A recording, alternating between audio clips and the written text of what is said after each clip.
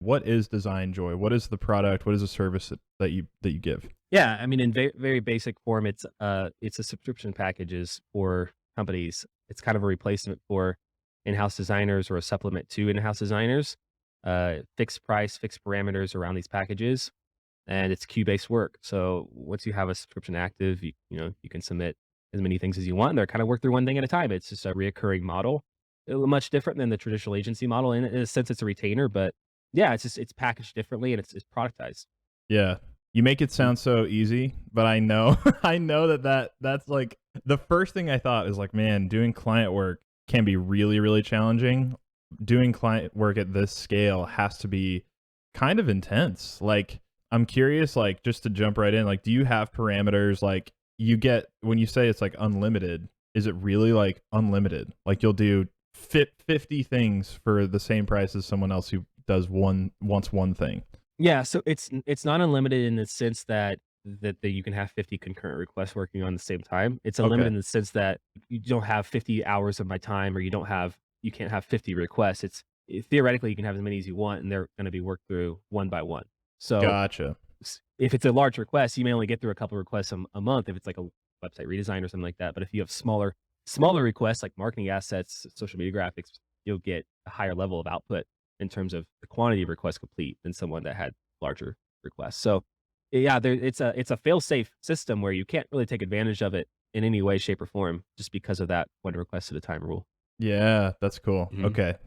I'm glad you're looking out for yourself in that Oh sense yeah, 'cause no, there's a lot of people out there like, dude, like you do unlimited, like how do you, and then unlimited revisions, like how do you do it? Well, one request at a time. That's the secret key here. yeah, yeah, Mhm. that's my next question I was gonna ask is, like, the revision piece, because that can be, like, the real time killer for I used to freelance full time. It was not in design, but it's podcast editing and production and things like that, Mhm. and those revision cycles are, like, the killer, or they can be. Have you gotten down a pretty good system of, like, how do you manage that? Is it just literally the same thing, it just becomes a new request, one request at a time, basically? Yeah. Let me be clear. So it's one request at a time. So you can have my system. I manage everything in Trello, and so clients will have a backlog of requests, and there's no limit to how many requests they can have in there. And then they'll have a current request, and you can have one request in there at a time. And if it's a new request, that's one. If it's revisions, that request still remains in there. So Mm, from my perspective, revisions is a dream because I'm not having to start from scratch on the request. If I have something that's just mm, tagged as like needs revisions, it's like a good thing for me because it's usually very small things. The yeah. work that I do is definitely more on the higher quality side. So there's not a ton of revisions typically needed. And those that are requested are it's like, oh, let's change this text or let's move this button here, right? It's like Right. very small things that may take a minute or two of my time. So Sure. yeah. Gotcha. It's so interesting that like how I'm curious if it might just be the way your brain works, but to like build this system, because a lot of this feels very counterintuitive to me, and I think that's why your story is connected like on Twitter and online for a lot of makers. How have you developed this system? And like has it been a gradual thing to where you've like slowly refined it down as you've been going? Or has it just always been pretty locked in this way? Yeah. I'm an honest guy. My system sucks. I don't have a good system. I don't. Yeah. I don't Okay. have a good system. Little backstory, I launched this thing not expecting it to be what it is today by any stretch of the imagination. I had no plan at all for how I was going to intake. I never thought I would get to the level that I'm at. Yeah. And I've never had a second to really refine things as much. Sure, I've Mhm. made incremental changes. I'm still with the same exact tool that I've used from day one. Right. The board that I set up for clients in Trello looks very similar to the way it looked on day one. It's a hustle business, man. Like I have my own way of doing things with the help of Airtable and stuff like that. So certainly there have been incremental improvements I made to my workflow. For the most part, I spend 99.9% of my time just in Figma designing. Yeah. I don't spend a lot of time doing client communication and project management sort of stuff. I'm in Figma almost It's 100% of the time. it's so crazy, and it's crazy that you're not, like, having Mhm. to really go sell probably. There's probably a lot of word of mouth, like, "Hey, Oh, this service no. is amazing." Yeah, no, the problem for me has never been getting clients. From day 1 when I launched, Yeah. it had never been an issue for me. The problem has been containing the demand for it and Right. figuring out how to say no to the wrong clients, figuring out how to start getting the right clients. Definitely. I'm curious how. So you just launched this as a side project, hoping that like something would happen. Mhm. Like, tell me the story of how you started it, when it became full time, all that. Yeah. So I started it, had the idea in summer of 2017. I think it was June. And honestly, it was like a spur of the moment decision, like everything is in my life when I build a Hmm. business. I was like, what the hell? Hey, it's like, Yeah. there's no risk in doing something like this. So I stood up like a one page site in Webflow. I'm a designer, so I made sure that it was pretty, right, and it properly sold what I was trying to sell. And I launched it on Product Hunt that Sunday at midnight, Mm, and the rest is history. So I had a full time job at the time. It it really like affected that greatly when I launched on Product Hunt. yeah. It was like an in person job because back then we were going to the office, and I had to take days off, like I was sick, right, and like Yeah. trying to figure out like what am I going to do here. I'm a very risk adverse person, so I was not immediate like, oh, I got to quit my job.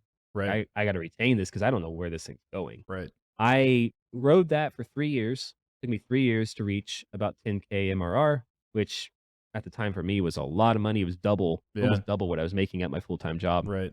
But still, I was risk adverse. Yeah. And then about 2 or 3 years ago, maybe 2.5 years ago, things just blew up, like, it seemed like it was, like, overnight. I was Yeah. going very steady. I only had, like, 6 or 7 clients at a time, which was a lot for me at the time. Mm. Honestly, like, I was, juggling a full-time job, and things just blew up basically overnight in March, and I never had a second to stop and, like, figure out what I'm gonna do with my job. I actually kept my job until I hit 80K MRR last October. So, I had a full-time UX job the entire time. I joke because I'm able to manage, 40 plus clients on the DesignJoy side. So a full-time job to me is not a full-time job. I would literally get all my work done in my Zoom calls. Yeah, So exactly. like, and I had to, it was the only way it was going to work. So I kept it for the long time. And then I got to the point finally where I was like, yeah, it's time. It's time to go full-time DesignJoy. So to And be then clear, that's when things, you were making $80,000 per month in DesignJoy before you left your full-time job. yes. Yes. You have Where to I was making about take home about 5 or 6K a month. you have to tell me why. What was holding you back? Um, I don't know. It was just like it was one of those things where Design Joy came about so fast Mm, and so unexpectedly and so not my own doing, it seemed as right. though that I wasn't sure how sustainable it was or whether I was just gonna crash and burn out like overnight. Hmm. And the full-time job wasn't taking up that much of my time. It was more mental energy than actual Yeah, physical work. right. So I held on to that for far too long for that reason, and I'm the most risk adverse person you'll probably ever meet. Yeah.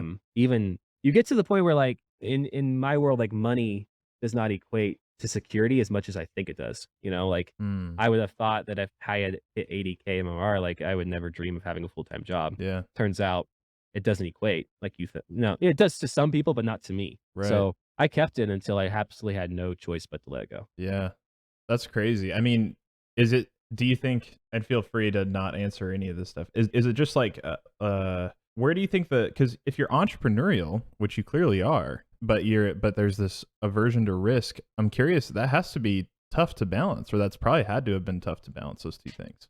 Yeah, I don't consider myself like the traditional entrepreneur Yeah. who is not risk adverse, who's willing to like put their back up against the wall and do everything they possibly need to in order to succeed. And if they don't, bad things happen, right? Like there's a lot Mhm. of people out there and that to me is like a beautiful thing. I mean, feel like that's where the best stuff and the best ideas come from. And I have never found myself in that position, but yet I've been just good at creating things my whole life and Yeah. found really good strokes of luck with getting them out into the market.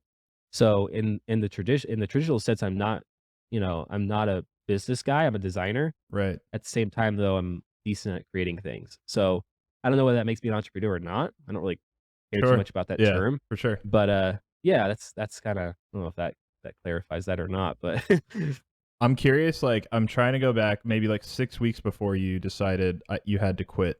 What would it, and you had your full-time job and you were doing this. You had to have had moments where you're like, this is too fucking much. I'm losing it here. I had many of those moments. I try not to make bad decisions or rash decisions in times of like trouble, which is what my wife preaches to me all the time. There's Yeah. there's times of the day where I'm like, I need to cut half my clients down. Like I can't do it no more. And it's Yeah, usually because I'm in a bad week. sure. And so there's certainly been times like that. And the power of being risk adverse always overcame the logical like thought of like, I don't need this job, right? Like one of my clients pays for this job and I have 40 of them. So Exactly. like, but eventually like I was able to build enough of like a savings, right? Like all Right. these things kind of started to pile up and I'm like, okay, now if this thing fails, I can just go get a job, right? Or I can create something else. So Totally, yeah. it eventually got to that point, but early on it was like everything was happening so fast. Right. I wasn't spending the proper amount of time figuring out like what the right thing to do was. I was just so focused on doing the work on my plate Yeah, for and not sure. worrying about anything else. For sure.